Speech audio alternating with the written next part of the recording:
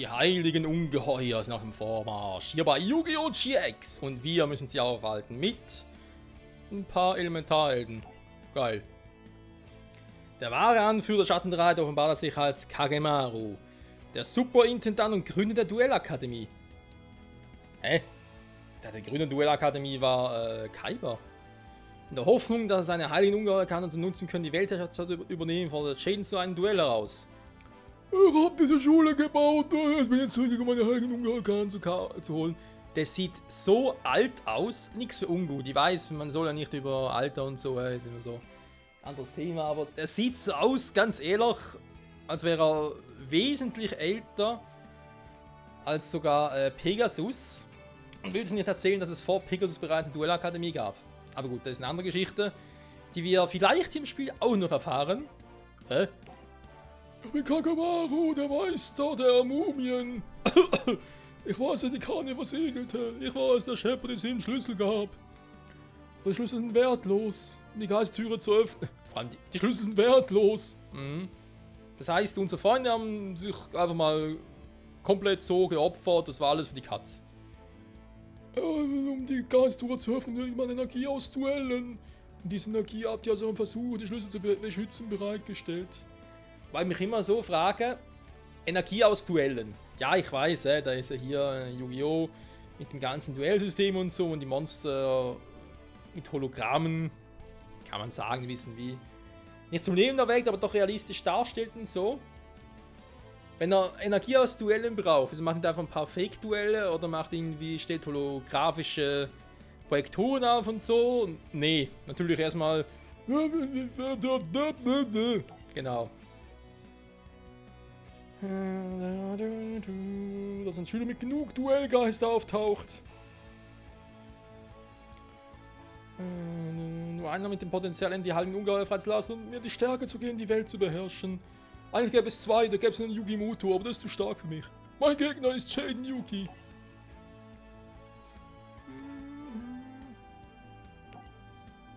Was kannst du nicht tun? Sag wieder jung. Aha, ja Mann, ich kann alles tun. Nö. Ich wünschte, ich hätte die ägyptischen Götter, da würde ich immer mal so schön die Fresse polieren. Weil das mit den Göttern ja so ein anderes Thema ist, vor allem hier in den Spielen. Mittlerweile gibt es irgendwie so, wie ist denn die schon wieder? Structure Decks, wa? Die ja sogar auf den Göttern beruhen. Also es gibt ja ein Deck für Slifer, oder beziehungsweise Osiris, und es gibt ein Deck für Obelisk. Die gar nicht mal so schlecht sein soll. Bin gespannt, wann es mal eins für Ra gibt, wobei Ra müssen wir, glaube ich, sowieso updaten. Ich finde immer noch, Ra ist von allen 3 Göttern hier im Spiel die schwächste Karte. Okay, er braucht Ungeheuer, kann auch mir was haben. Wunderfusion. Okay, schauen wir mal. Wunderfusion, um natürlich glänzender Flügelmann zu rufen. Wäre mal so eine Idee, die ich anstrebe. Elektrum wäre zwar eine Option. Okay. Dann würde ich mal sagen, spiele ich erst mal freundliche Wohltat. Ja gut.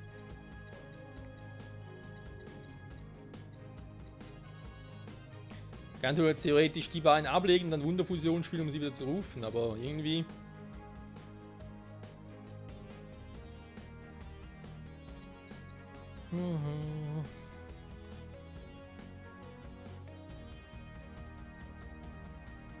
Stein der Weisen.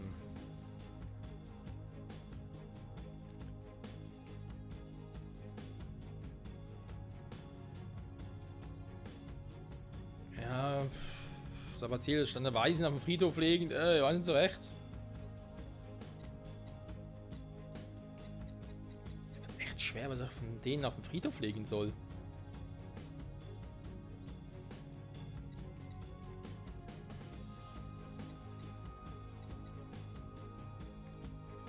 Spark mit Burstinien-Tricks auf dem Friedhof legen. Da bringt mir dann halt Wunderfusion nichts, außer Clayman langen nächsten Zug auf dem Friedhof. Und ich schicke nochmal ein Monster auf dem Friedhof, aber. Komm, Sabatiel geht jetzt mal weg und. Komm doch, Burstinien-Tricks. Dann setze ich mal Clayman verdeckt und. Nee. Setz mal noch eine Karte verdeckt. Und bin gespannt, was er jetzt so treibt.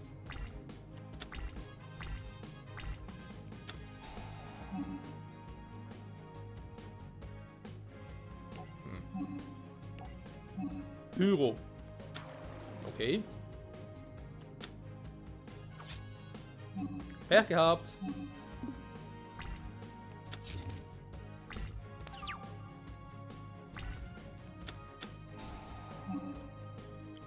Wow. Der Scheiß hat sich gelohnt. So, Wunderfusion.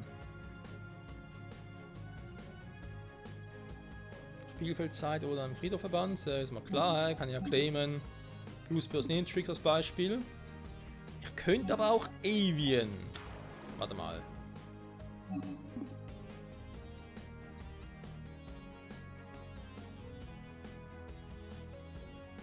bisschen Verband, das wäre noch ein bisschen unpraktisch. Ich will erstmal Wolkenkratzer. So, Avian, ne? Ich würde mal sagen, du hast dir verdient. Greif mal dieses scheiß Pyroviech an. So geht das nämlich, Freunde.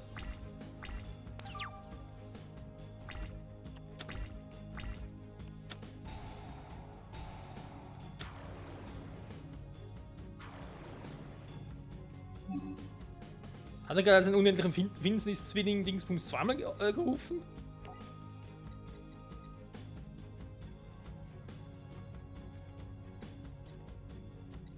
Spezialbeschwörung, aha.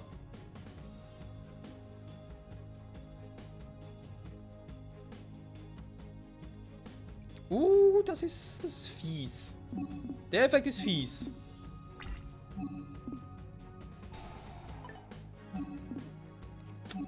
Bringt mir nicht sehr viel, aber fies ist er trotzdem.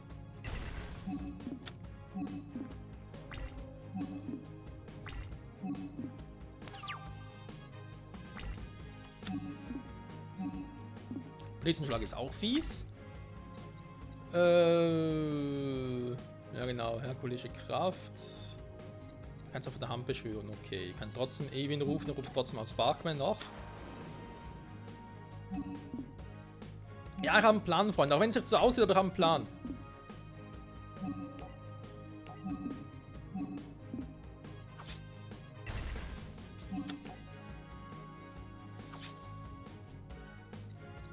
So. Ich wollte langsam mal eine Fusionskarte, ganz ehrlich.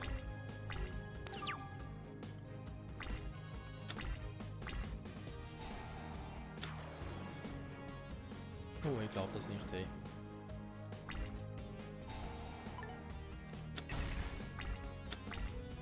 Mein schöner Plan im Arsch.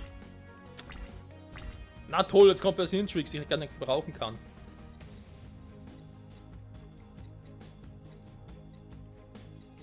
Wunderfusion, die rein mit Sparkman nutzen. Na gut, scheiß drauf.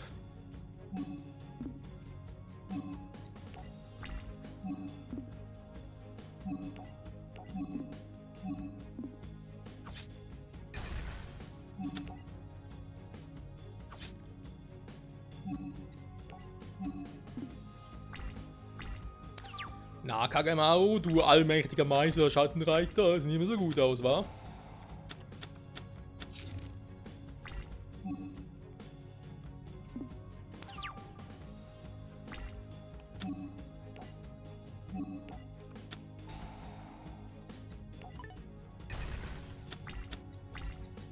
Was ist das überhaupt? Quantenkatze. Okay. Mathilda Steiner Weisen hat er schon wieder.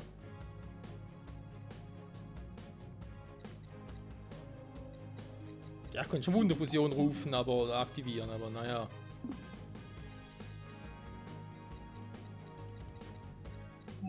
Eigentlich nichts richtig, was mir irgendwie so reizen würde zu rufen. Tempest geht nicht, ja, Donnergang könnte ich rufen. Vampire Blaster könnte ich rufen. Geht auch nicht. Flammenflügelmann könnte ich rufen. Elektron geht auch nicht, weil mein Bubbleman fehlt. Fehlt.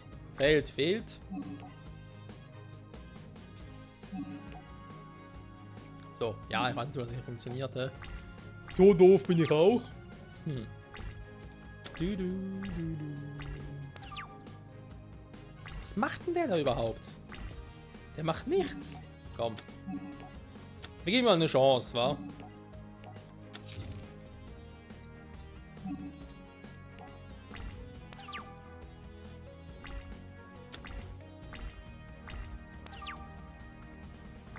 Oh, das kann dauern. Hey Clayman, was geht ab?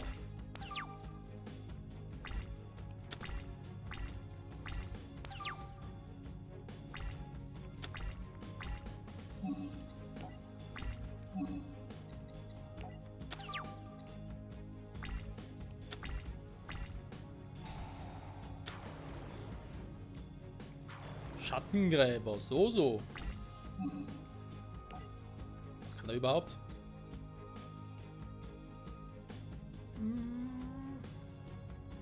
Ah, okay.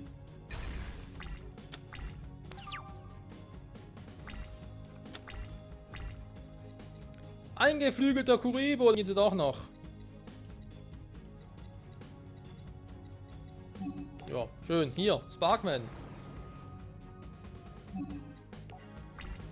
Das will der Meister Schattenreiter sein, also ganz ehrlich. Da habe ich auch schon Besseres gesehen.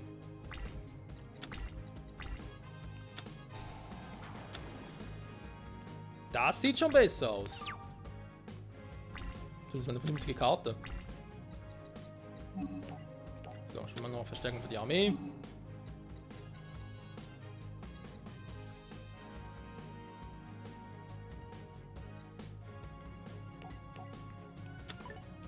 Und wählen den Bubelmann.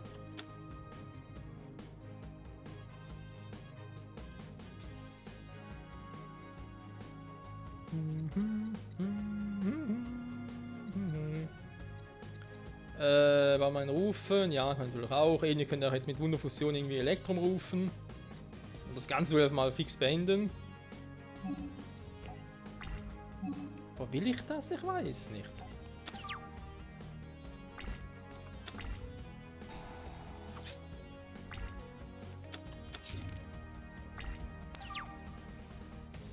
Oh mein Gott, das ist ein lahmarschiges Duell. Einmal freundlicher Wohl, wenn man eine Karte gebrauchen kann. Und immer noch keine Fusion. Aber gar keine Fusionskarte ist momentan im Deck, oder was? Weil eine Fusionsrückerstattung eigentlich hätte.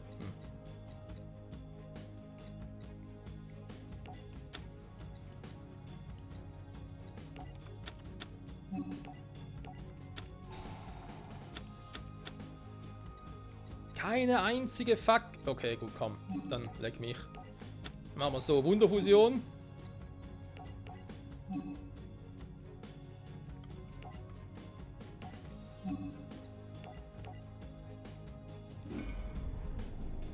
Aber jetzt erstmal Flammenflügelmann.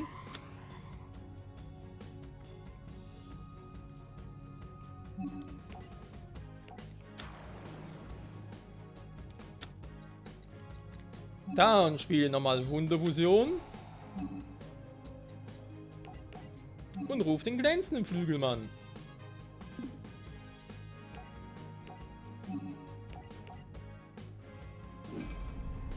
Aber bin ich doof. Danke, dass ihr auf dem Feld nehmen wollen. Ich hab mich kurz verklickt, Freunde. Sorry.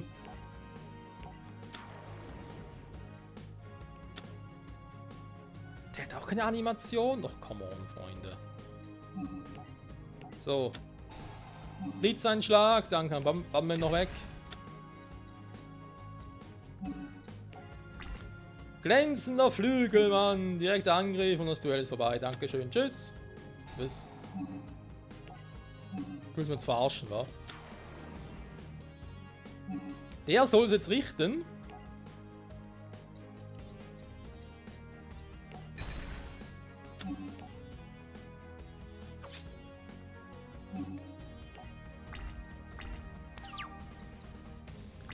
Mein glänzender Flügelmann.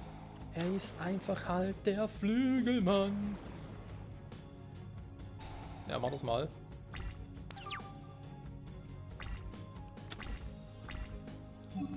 Tja, ich würde sagen, glänzender Flügelmann. Du darfst glänzen. Danke. Nö, die alten Ungeheuer können gar nicht besiegt werden. Wurden sie auch nicht, du warst so schwach, sie zu rufen, du Arsch. Ich bin ein alter Mann, der einfach will, was jeder alte Mann will, wieder jung sein. Kannst du eine klapprigen alten Zähne nochmal verzeihen? Ja, Mann, das war die erste Staffel von Yu-Gi-Oh! GX. Mit dem Schöpfer sogar, Alter. Gab es gar mal ein Spiel, wo ja der Schöpfer eine Rolle gespielt hat. Ganz alt, das war glaube ich von einem Game Boy Color, normalen Game Boy. Wie ist das schon wieder? Der Schöpfer kam ja eigentlich in der Original-Yu-Gi-Oh! Serie vor. Also mit Yugi, Kaiba und so. Ich glaube, es ist gerade die Fortsetzung. Verdammt nochmal, wie hieß die Spiele schon wieder?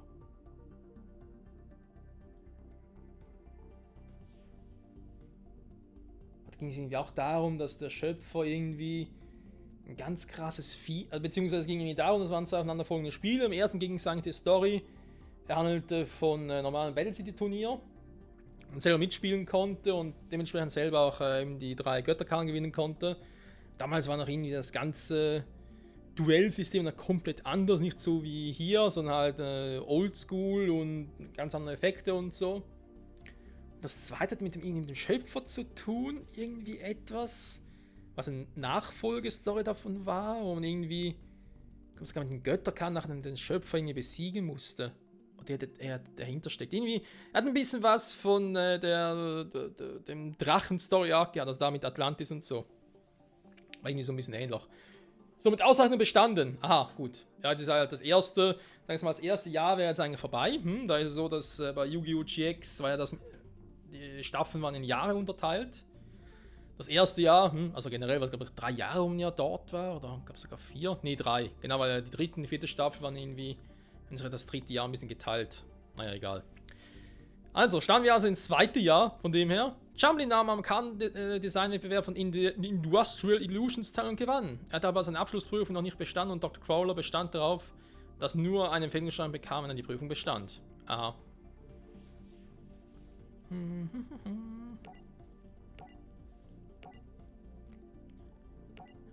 Okay, was haben wir, eine Einladung? Das haben wir schon, duellieren wir uns. Ja. Okay, aber zum Glück mit dem Deck von Dr. Crowler. Und Crowler hat halt, ja, ein Deck, was auf antiken Maschinen beruht. Antriebsmaschinen und so, das könnte durchaus interessant sein. So, Chumley Huffington. Ich bin der Koala-Typi. Das ist doch aus wie einer. Anscheinend war das doch am Ende, also sprich, es war natürlich schon nach den Schattenreiten, aber halt kurz zum 2. Jahr, also Abschlussprüfung und so. Und dann mal gucken nach der Fusion, genau. Oh, keine Fusionskarten? Erstaunlich. Oh, Momonga, krass. Chumley hatte coole Karten. Troll aber auch.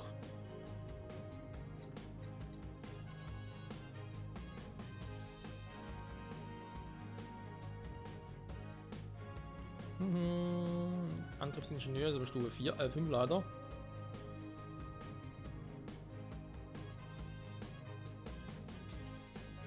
Das Zwilling, ernsthaft? Krass.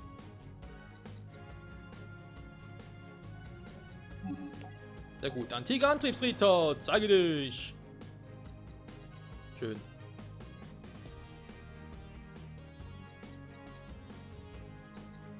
Was kann ich jetzt den nicht rufen? Also ein antiker Antrieb offen unter einer Spielfeldzelle befinden, kannst du die Karte Spezialbeschwörung. Ja. Ich würde sagen, gehen, oder? Okay.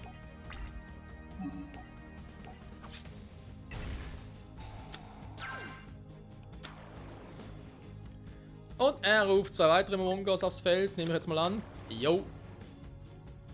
Ja, die Momongas durchaus auch nützlich. Konnten nützlich sein. So.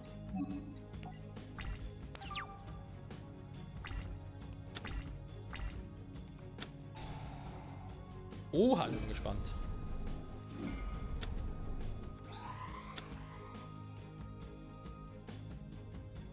Koala. Das Ding ist neu.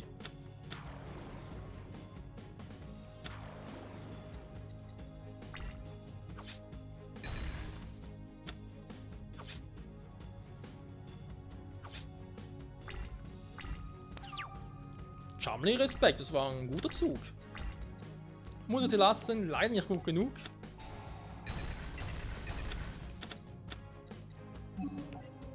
Und hier nochmal der antike Antriebsritter.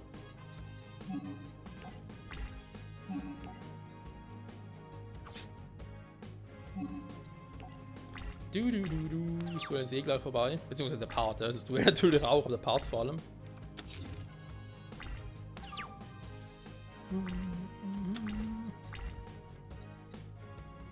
Antriebsstadt.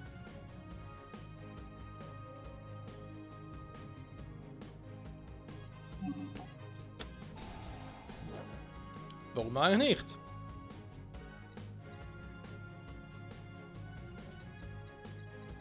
Also antike Antrieb, das eigene Monster, so.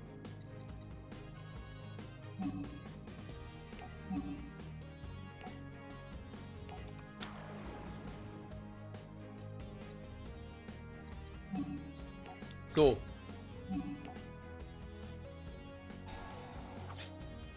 Jetzt kann er keine Fallen aktivieren.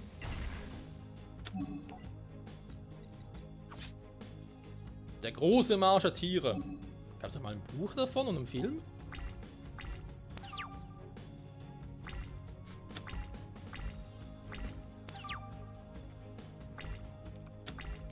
Kann man zumindest so vor. Was haben wir hier? Antikes Antriebsgerüst.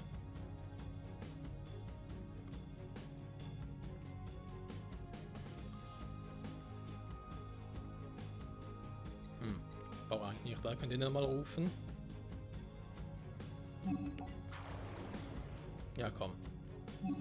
Dann nehmen wir seinen Effekt noch und können beide angreifen und das Chumley eine Zauber oder ich glaube sogar Fallenkarte aktivieren kann, wa?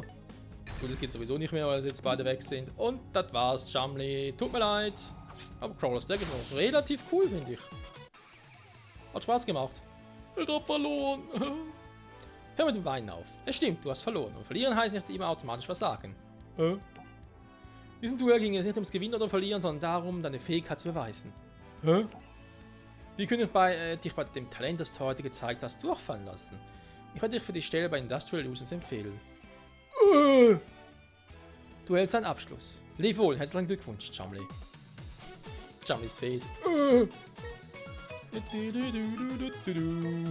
Jo. Schein der wilden Natur. Ja, natürlich auch hier wieder vieles nicht gesehen, was irgendwie doch cool gewesen wäre. Von Chumley und Crawler. Warte mal, die Reifeprüfung. Stimmt, die kommt ja auch noch. Ups. Sorry, Freunde, mein Fehler, mein Fehler.